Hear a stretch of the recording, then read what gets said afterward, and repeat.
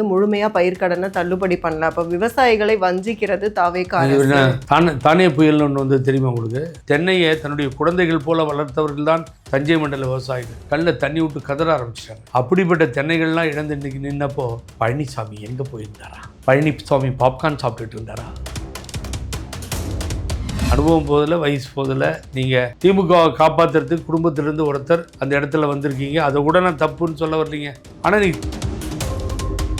அவன் கோவம் வருது, என் தலைவரை பற்றி சம்மந்தப்படுத்தி இன்னொருத்தவங்களோட பேசுகிறாங்க, அசிங்கப்படுத்துகிறாங்கன்னு. அப்போ அவங்க ரோட்டில் இறங்கினா என்ன ஆகும்? லாண்டர் யார் அமைதி பாதிக்கும். அப்போ பேசுகிறவர் என்ன பண்ணணும்? எலிக்கூண்டில் பிடிச்சி போடுற மாதிரி பொசுக்குன்னு பிடிச்சி போகணும். வேறு வழி இல்லை. ஒரு இடத்துல உன்னை ஜெயிக்க வைக்கவும் மாட்டேன்றாங்க மக்கள். பரவாயில்ல, நீ ஓட்டு போட்டா போடு, போடாட்டா போ. நான் தமிழன், நீங்க எல்லாம் நீங்க சைனாக்காரன், நீங்க ஜப்பான்காரன், நீங்க வந்து பிரிட்டிஷ்காரன். பாருங்கள், இப்படியே பேசி பேசி பேசி அந்த எடப்பாடியில் அந்த கேண்டிடேட்டை தூக்கிட்டு ஓட்டான். அப்போ தான் அந்த ஸ்பீச்சில் ஒய்எம்சியில் last final speech before the election. நாங்களும் திமுகவும் மோதிக்கிறோம், ரெண்டு பேரும் தகராறு நடந்துட்டு, நீ வேற கஜகஜன்னு உள்ளே வந்துட்டு உன்னை யார் கூப்பிட்டாங்க, நீ கணக்கிலே இல்லை போன்னு சொன்ன ஒரே வார்த்தை தான் பழனிசாமியை கம்ப்ளீட்டாக காலி பண்ணிச்சு. 47 சீட் ஆச்சு, அதில் 25 சீட்டு விஜய் பின்னாடி நிற்கிது. இன்னைக்கு டெய்லி அப்படியே மழை மாதிரி பொழிஞ்சது பணம். தினம் 200 கோடி 300 கோடி 500 கோடி 1000 எல்லாம் போச்சு. நடுவில் வந்து பூந்து ஒரு சம்பார்த்தனை இல்லாமல் பண்ணிட்டாரே இவர் அப்படின்னு பழனிசாமியும் திமுகவும். சி.வி. சண்முகம் அவர்களும் எஸ்பி வேலுமணி அவர்களும் என்ன ஸ்டாண்ட் எடுக்கிறாங்கன்னே வந்து புரிய மாட்டேங்குது. ஒரு பக்கம் வந்து நீங்கள் வந்து தாவேக்கால ஜாயின் பண்ண போகிறீங்களான்னு கேட்கும்போது எஸ்பி வேலுமணி அவர்கள் வந்து ஏன் அதிமுகவில் இருக்கிறது வந்து பிடிக்கலையா அவங்களுக்கு, இப்போ அதிமுகவில் தான் இருக்கோம், அன்னைக்கு வந்து அந்த நிலைப்பாட்டை எடுத்தோம்னா, ஆதரவு நிலைப்பாட்டை எடுத்தோம்னா திமுகவுக்கு எதிராக நாங்கள் வந்து இருந்தோம், அதனால் அந்த நிலைப்பாட்டை எடுத்தோம், அப்போ அதுக்காக போய் தாவேக்கால ஜாயின் பண்ணணும்னு கிடையாதுன்னு சொல்கிறார். இன்னொன்று சி.வி. சண்முகம் அவர்கள் அது பேசும்போதே அவர் வந்து கடுன்னு தான் பேசுறாரு. அப்போ வந்து என்ன, நான் இபிஎஸ்ஸை வந்து ஏன் மீட் பண்ணணும் அப்படின்னு கேட்குற அளவுக்கு அவங்களுக்குள்ள என்ன முரண் வருது? அன்பா உங்களை பார்த்து தமிழ் வந்திருக்கீங்க, ஒரு காஃபி சாப்பிடுங்க, தண்ணி சாப்பிடுங்க. சி.வி. சண்முகத்தை வந்து தண்ணி சாப்பிட்றியாடி, காஃபி சாப்பிட்றியாடி, அது அவருடைய இயல்பா அவர் அப்படி பேசுறது, அது ஒரு ஸ்டைல். அது இல்லை, அதில் வேலுமணி சொன்னது தான் கரெக்ட். முன்னாள் அமைச்சர் அன்பு சகோதரர், நாங்கள் அதிமுக தான், அதிமுக இருந்து தான் 25 பேர் ஓட்டு போட்டது, ஆதரவு தெரிவிச்சு. அதில் 5 பேர் ரிசைன்மெண்ட் வந்துட்டாங்க. அது அவங்க இஷ்டம், அது யாரும் கேட்க முடியாது. சும்மா தேவையில்லாமல் அது ஒரு என்கொயரி விசாரணையின் போது தேவையற்றது, அதை விட்டுருங்க. அது கோர்ட்டு மேட்ரு, சபாநாயகர் டிசிஷன். எனது அன்பு நண்பர் ஜேசிடி பிரபாகர். ஆனால் மீதி இப்போது உங்களுக்கு தெரியாத விஷயத்த சொல்கிறேன். எனக்கு தெரிஞ்சு ஒரு 18 எம்எல்ஏஸு வேலுமணி சிபிஎஸோட தான் இருக்காங்க. இந்த 25 பேர் ஓட்டு போட்டாங்கல்ல, அந்த நிலையிலிருந்து எந்த மாறுதலையும் அவர்கள் எடுப்பதற்கு தயாராக இல்லை. செஸ் ஆடும்போது ராஜாவை கடைசியாக காலி பண்ணுறான்ல, இவன் ராஜாவுக்கு தகுதி இல்லாதவன், இவன் கூஜாயவன். இந்த எடப்பாடி பழனிசாமி தூக்கி அந்த பதவியிலிருந்து எறிவதற்காக வேணுமான கட்டுமான பணிகள்லாம் நடந்துகிட்டு தான் இருக்குது. அதனால் ஒரு பொதுக்குழு விரைவில் கூடும். அதை வேலுமணி அவர்களை வந்து அகற்றிட்டு என்னை பொறுத்த வரைக்கும் வேலுமணியே வர்றது நல்லது அந்த இடத்துக்கு. வேலுமணி நீங்கள் ஏன்னா என்ன அதிமுகன்றார், அங்கேருந்து அவங்க தாவேக்காவை தான் ஆதரிப்பாங்க, அதில் எந்த மாற்று கருத்தும் கிடையாது. அவர்கள் அதிமுக திரும்பி இவங்க கைக்கு வந்தாலும் அவங்க அந்த நிலைப்பாட்டிலிருந்து மாற மாட்டார்கள். ஏன்னா தந்தை பெரியாரையும் பேரறிஞர் அண்ணாவையும் புரட்சித் தலைவர் எம்ஜிஆரையும் அம்மாவையும் சினிமாவில் அந்த பாட்டெல்லாம் பாடுறாரு ஜோசப் விஜயன்ற மாபெரும் தலைவர் முதல்வர்னால் மகிழ்ச்சியாக இருக்குல்ல நமக்கு. ஆகவே எங்கள் தலைவர்களை ஏற்றுக்கொண்டு, அதாவது நமது தலைவர்களை ஏற்றுக்கொண்டு திராவிட இயக்க தலைவர்களை போற்றி புகழ்பாடுகின்ற ஒரே காரணத்தில் தான் புகழேந்தியும் நான் பக்கத்தில் இருக்கிறேன். ஒரு சமயம் அவர் எம்ஜிஆர் வேண்டாம், அம்மா வேண்டாம், இவங்களாம் வேண்டான்னு அவர் ஒரு நிலைப்பாட்டை எடுத்தா நான் போக முடியாது. அண்ணா வேண்டாம், பெரியார் வேண்டான்னு. என்ன கட்சியிலாம் செயற்குழு பொதுக்குள்ள சின்னதாக ஒரு ஃபோட்டோ பெரியார் படத்தை போட்டுக்குவோம் நாங்கள். இன்றைக்கி தான் நிற்கிற இடத்துக்கு பின்னாடி பெரியாரில் நிற்கிறார். அவர் ஒரு 6 அடி நின்னார்னா தலைவர் பெரியாருக்கு 8 அடியில் நிறுத்தி வச்சுருக்கார் கட் அவுட்டை. 8 அடி 10 அடி. அந்த தைரியம் எங்கேருந்து வருது?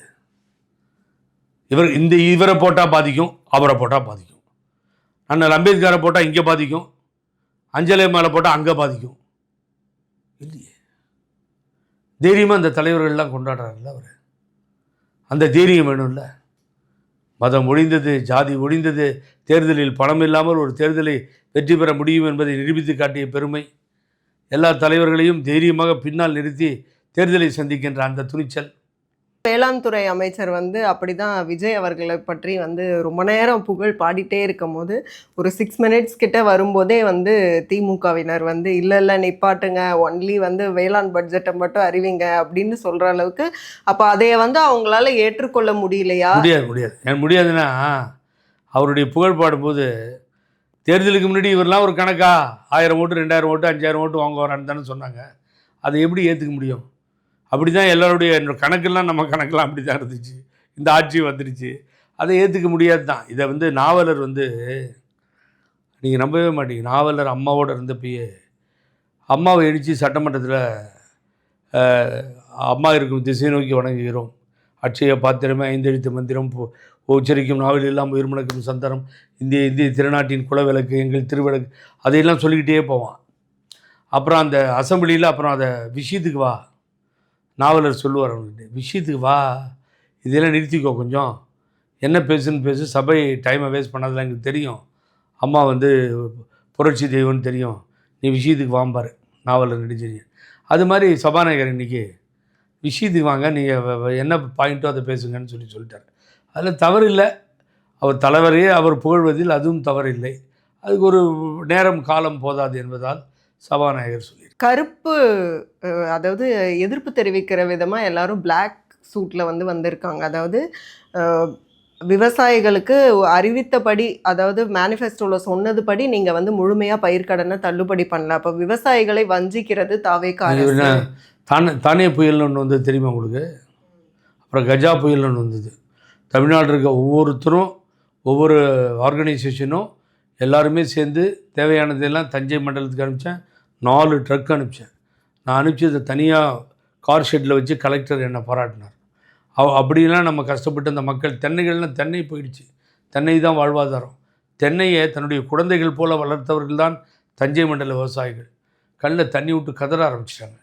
அப்படிப்பட்ட தென்னைகள்லாம் இழந்து இன்றைக்கி நின்னப்போ பழனிசாமி எங்கே போயிருந்தாரா? பழனிசாமி பாப்கார்ன் சாப்பிட்டுட்டு இருந்தாரா?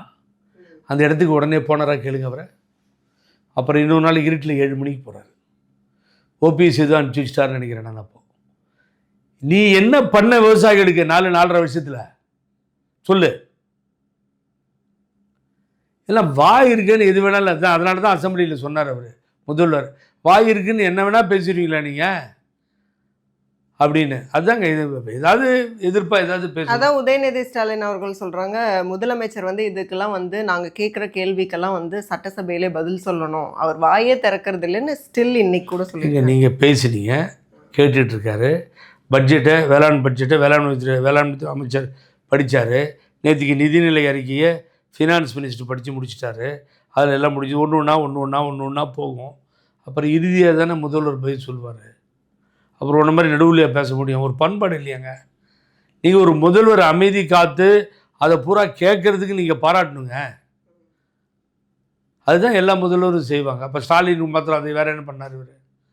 ஆகவே இவருக்கு இன்னும் அனுபவம் போதலை. நான் என்ன சொல்கிறேன்னா, தப்பு இல்லை, அனுபவம் போதலை, வயசு போதலை. நீங்கள் திமுகவை காப்பாற்றுறதுக்கு குடும்பத்திலேருந்து ஒருத்தர் அந்த இடத்துல வந்திருக்கீங்க, அதை கூட நான் தப்புன்னு சொல்ல வரலீங்க. ஆனால் நீ கேட்டு தெரிஞ்சுக்கோங்க, இப்படி தான் பேசணும், இப்படி தான் போகணும் அப்படின்னு. இப்போயாவது அந்த அறிக்கையை விடுங்க. நான் அரசியலுக்கு சம்மந்தம் இல்லாதவங்களை பற்றிலாம் நம்ம பொதுக்கூட்டத்தில் கத்துறது பேசுகிறதுலாம் வச்சுக்கூடாது அப்படிங்கிறது, அது அந்த பாடத்தில் சொல்லிக் கொடுக்கணும். அப்போ நீங்கள் சொல்லுவீங்க, அவன் வேற ஒரு சொல்லுவாங்க. ஒன்று முதல்ல புரிஞ்சுக்கணும், பல முட்டாள்தனமாக அவன் வந்து ரொம்ப அறிவாளின்னு, ஏன் அரெஸ்ட் பண்ணி தஞ்சாவூர் வரைக்கும் தான் கூப்பிட்டு போகணுமா, நாங்களாம் எவ்வளோ பெரிய ஆர்ப்பாட்டம் பண்ணோம் அப்படின்னு நீ சொல்கிற. ரைட். இப்போ தாவேகால தொண்டர்கள் இருக்காங்கல்ல, எல்லாம் யங்ஸ்டர்ஸ், இளைஞர்கள் இருக்காங்க. ரொம்ப கோபம் அதிகம். ஒரு நண்பர் புசியானந்தன் மாலை போட பொண்ணு என்னையே இப்படி தடுத்துட்டார். பிறந்தநாளுக்கு போனேன் நான். அப்புறமா அவர் யார் என்னென்னு விசாரிக்கும் போது சொன்னாங்க, ஒரு கொஞ்சம் கோவக்காரர் அப்படி தான் இருப்பார் அப்படின்னு. இப்படி கோவக்காரங்க இருக்காங்க எக்கச்சக்கமாக. நான் என்ன சொல்ல வரேன், ஒரு தலைவரை தாக்கி பேசுகிறீங்க, தலைவருக்கு சம்மந்தப்பட்டவங்கன்னு நீங்களே திருச்சி எதோ பண்ணி கண்ணா பின்னான்னு பேசுகிறீங்க. அவன் கோவம் வந்து உங்களை மாதிரி ரோட்டில் இறங்கினா என்ன ஆகும்? நல்லா கவனிங்க. Very important pointing I am pointing out. அவன் கோவம் வருது, என் தலைவரை பற்றி சம்மந்தப்படுத்தி இன்னொருத்தவங்களோட பேசுகிறாங்க, அசிங்கப்படுத்துகிறாங்கன்னு. அப்போ அவங்க ரோட்டில் இறங்கினா என்ன ஆகும்? லாண்டர் யாருமே பாதிக்கும். அப்போ பேசுகிறவர் என்ன பண்ணணும்? எலி கூண்டில் பிடிச்சி போடுற மாதிரி பொசுக்குன்னு பிடிச்சி போடணும், வேறு வழி இல்லை. அப்புறம் நீங்கள் அவரை அரெஸ்ட் பண்ணிட்டீங்கன்னா இந்த பக்கம் இருந்து அந்த எதிர்ப்பலைகள் கம்மியாயிடும். This is call law and order. CM அவர்களை பொறுத்த வரைக்கும் இதுக்கு முன்னாடி அவருடைய குடும்பம் சார்ந்து அவரை வந்து நிறைய விமர்சிச்சுட்டே இருந்தாங்க. ஜேசன் சஞ்சய் அவங்களோட இன்டர்வியூ நீங்களும் பார்த்துருப்பீங்கன்னு நினைக்கிறேன். ஸோ அவரோட அந்த மெச்சூரிட்டி வந்து இன்னைக்கு எல்லாருமே வந்து ஆஸ் விஜய் அவர்கள் அப்படின்னு சொல்லி பாராட்டுறாங்க. நீங்கள் அந்த இன்டர்வியூ பார்த்தீங்களா? இல்லை, குடும்பம் சார்ந்து நீங்கள் விமர்சிக்கணும்னா உள்ள இன்னொருத்தன் அவங்க அப்பா பேர் என்னன்னு கேட்குறாரு மதுரையில். அவர் ஒரு பெரிய பயில்வானவர், மொட்டை கிட்ட போட்டுட்டு ஒரு மாதிரி இருப்பார் உருவமே. நம்ம அது உதாரணம் சொல்ல போய் அது வம்பாகும். அந்த ஆள் அவர் உங்கள் அப்பா பேர் என்னான்றாரு, விஜய் அப்பா பேரை. நீ அசம்பிளியில் அப்பா எங்கன்னு இல்லை, உங்கள் அப்பா அம்மா பேரை சொல்லுன்றாரு.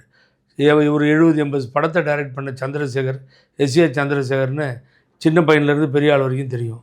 அவங்க தாய் சோபான்னு ஒரு நல்ல பாடகி. அந்த அம்மாவை வணங்கக்கூடியவர்கள் அவர்களெல்லாம், அவங்க பேரை தெரியும். இப்போ நான் அவர் ஜோசப் விஜய் கேட்டது எங்கள் அப்பா யாருன்னா ஒரு ஓமைக்கு ஒரு கதை சொன்னார். அது மாதிரி நீ தான் சொல்கிறதுன்னா சொல்லிட்டு போ. ஓப்பனாகவே உங்கள் அப்பா பேர் என்னென்னு என்ன அர்த்தம்? இது மாதிரிலாம் பேசுகிறானுங்க. ஒருத்தன் எலும்பு முடிப்பவன்றான். கசாப்பு கடைக்காரங்களே பரவாயில்ல, காசு வாங்கிட்டு தான் எலும்பையும் தொடக்கறியையும் வெட்டி கொடுப்பாங்க. இவ்வளவும் பேசிட்டு அது வந்து விமர்சனம் அப்படின்னு சொல்றாங்க. தாவேகா அரசை வந்து விமர்சிச்சாலே கைது பண்றாங்க அப்படின்னு திமுக தரப்புல இருந்து சொல்றாங்க. பத்தாதுன்றேன். இன்னும் உதயகுமார் நடமாடிக்கிட்டு தானே இருக்காரு, உள்ள தூக்கி போடாமல் இருக்காங்களே. அது மாதிரி இன்னும் ஒரு 4-5 பேர் இப்படி பேசிக்கிட்டு தான் இருக்காங்க. உள்ளே தான் தூக்கி போடணும், வேறு வழி இல்லை. உள்ளே போங்க, வேறு வழி இல்லை. நீங்கள் திருந்த மாட்டீங்க. நீங்கள் இன்னும் இந்த தோல்வி எரிச்சல் வந்து உங்களுக்கு குறையவே இல்லை. ஆக உங்களுக்கு மருந்து கொடுத்தான் ஆகணும். ஒரு பக்கம் சீமான் அவர்கள் பட்ஜெட்டில் வந்து ஒன்றும் பெருசாக வந்து வேலை வாய்ப்பு சம்மந்தமான எந்த ஒரு விஷயமும் இல்லை. அதுக்கப்புறம் வந்து ஈவன் வந்து அவருடைய அந்த இன்டென்ஷன் வந்து இப்போ இடைத்தேர்தலை நோக்கி வந்து உள்ளே வரணும்னு வெறியோடு தான் இருக்கேன் அப்படின்னு சொல்கிறார். அவர் இவர் ஏகப்பட்ட திட்டம்லாம் சொல்லிட்டாரு. எதோ நவீனமாகலாம் சொன்னார், உற்பத்தி பண்ணுறேன் அது இது அப்படின்லாம் கூட்டத்தில் போய் எதோ சொன்னார். ஒரு என்ன சொல்கிறாருன்னு ஒன்றும் புரியல. எல்லாம் மேனுஃபேக்சரிங் பண்ணுறோம் அப்படின்லாம் சொன்னார் அவர். ஏன் அதையெல்லாம் மக்கள் கேட்க ஒரு இடத்துல உன்னை ஜெயிக்க வைக்கவும் மாட்டேன்றாங்க மக்கள். பரவாயில்ல, நீ ஓட்டு போட்டால் போடு, போடாட்டா போ, நான் தமிழன், நீங்கள்லாம் எல்லாம் நீங்கள் சைனாக்காரன், நீங்கள் ஜப்பான்காரன், நீங்கள் வந்து பிரிட்டிஷ்காரன் பாருங்கள். இப்படியே பேசி பேசி பேசி பெரியாரை தொட்டதால் 8 நாள் ஆச்சு. இப்போ மறுபடியும் சிண்டி ஏதாவது ஒரு நாளைக்காவது முதல்வர் உன்னை பற்றி பேசுகிறாரா? அங்கே தான் அவர் முதல்வர். அங்கே தான் அவர் எம்ஜிஆர், புரட்சி தலைவர் எம்ஜிஆர் முகத்திலே விஜயை பார்க்குறோம். ஒரு நாளைக்கு ஒன்று சீன்றாரா, உன் பேரை சொல்கிறாரா? இது வரைக்கும் பழனிசாமி பேரையே சொல்லலை முதல்வர். நடிகனுக்கும் தலைவனுக்கும் வந்து வித்தியாசமே தெரியாமல் ஓட்டு போட்ட தற்கூரி கூட்டம் அப்படின்னு சொல்கிறாரு. அப்போ இவர் எங்கேருந்து வந்துச்சார்? பெரிய சுதந்திர போராட்ட தியாகிய. இவரும் சினிமாவில் இருந்தானே வந்தார். நடிகர் சீமான் இல்லையா அவர்? சும்மாங்க இதெல்லாம். அது என்ன கறி? அது ஆமக்கறி. அதை போய் பேசி நீங்கள் வேறு நீ அவர் விடுங்க. அவர் இதான் நண்பர், நல்லபடியாக இருக்கட்டும். அவரை போய் கிளறினீங்கன்னா இந்த எடப்பாடியில் அந்த கேண்டிடேட்டை தூக்கிட்டு ஓட்டான். முதல்ல ஒரு கேண்டிடேட் நிற்கிறதா இருந்தது, ராஜேந்திரன். அப்புறம் அதை மாற்றி யாரோ சொன்னாங்கன்னு போட்டாங்க. அவன் காசு கொடுத்து தூக்கிட்டு ஓட்டான் அந்த கேண்டிடேட்டை. அப்போ தான் அந்த ஸ்பீச்சில் ஒய்எம்சியில் last final speech before the election, நாங்களும் திமுகவும் மோதிக்கிறோம், 2 பேரும் தகராறு நடந்துட்டு, நீ வேறு கஜகஜன்னு உள்ளே வந்துட்டு உன்னை யார் கூப்பிட்டாங்க, நீ கணக்கிலே இல்லை போன்னு சொன்ன ஒரே வார்த்தை தான் பழனிசாமியை கம்ப்ளீட்டாக காலி பண்ணிச்சு. 47 சீட்டாச்சு, அதில் 25 சீட்டு விஜய் பின்னாடி நிற்கிது இன்றைக்கி. அதனால் அது மாதிரி கணக்கில் இல்லாதவர்களையெல்லாம் ஏன் போய் டென்ஷன் ஆகணும்னு சொல்லுவோம். அப்போ வந்து அதிமுக கணக்கிலே இல்லாமல் போகுது. தாவேகா பிராக்கெட் அதிமுக இல்லையே, திமுகவும் அதிமுகவும் சேர போகுது. சேர்ந்த பழனிசாமி ஒருத்தர் 10 பேரோட போகணும். வேறு யார் போக போகிறாங்க? திமுகவுக்கு அதிமுக தொண்டர்கள் போக மாட்டாங்க. பழனிசாமி காரில் ஏறினா பத்திரமா கூப்பிட்டு போயிடும். எப்படி பேசியிருப்பாங்க ஃபோனில், இது மாதிரிலாம் வந்து காரில் ஏறாதீங்க சார், பப்ளிக் முன்னாடியே, நீங்கள் அப்புறமா வாங்க பார்க்கலாம் வாங்க. ஒரு நட்புறவோடு நல்லா இருக்காங்க அவங்க 2 பேரும்.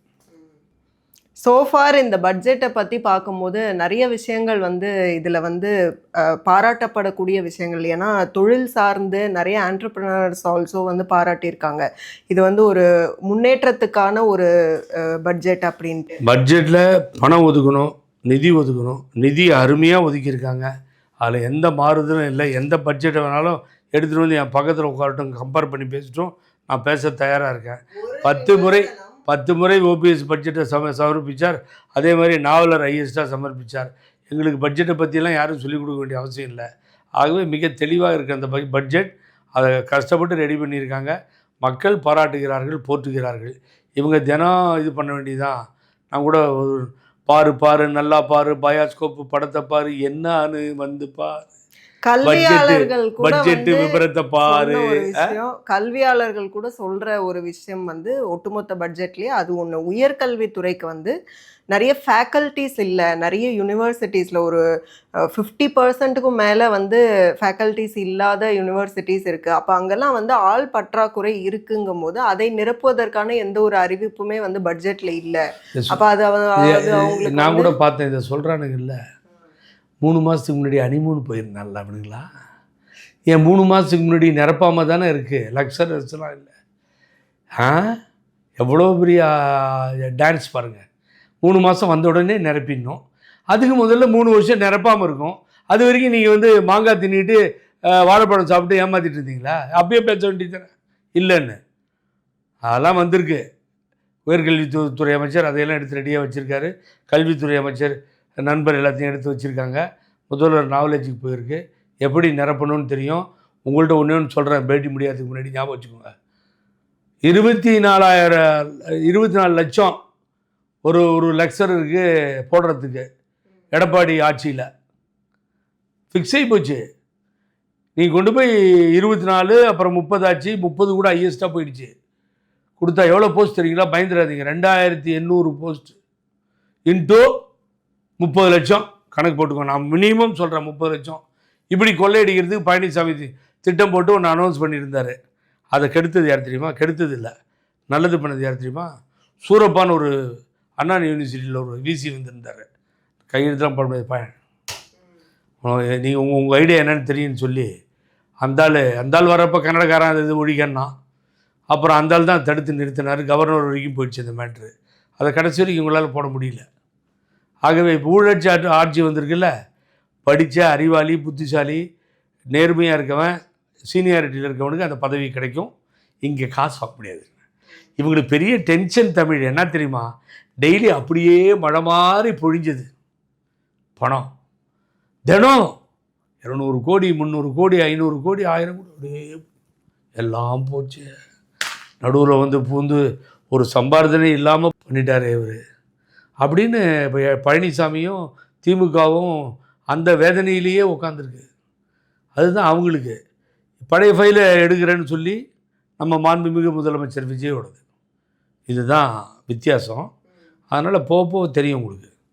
717 மதுக்கடைகளை வந்து இனிஷியேட்டிவ் எடுத்து அதை வந்து மூடப்பட்டது அப்படிங்கிறது வரவேற்புக்குரியதாக இருந்தது. ஆனால் இன்றைக்கி வந்து டாஸ்மாகில் வந்து முன்பதிவு செய்கிறது ஆன்லைன்லேயே முன்பதிவு செஞ்சு அந்த மதுவை வந்து வாங்கி கொள்ளலாம் அப்படிங்கிற ஒரு அறிவிப்பு வந்திருக்கு. அப்போ இது எப்படி இது?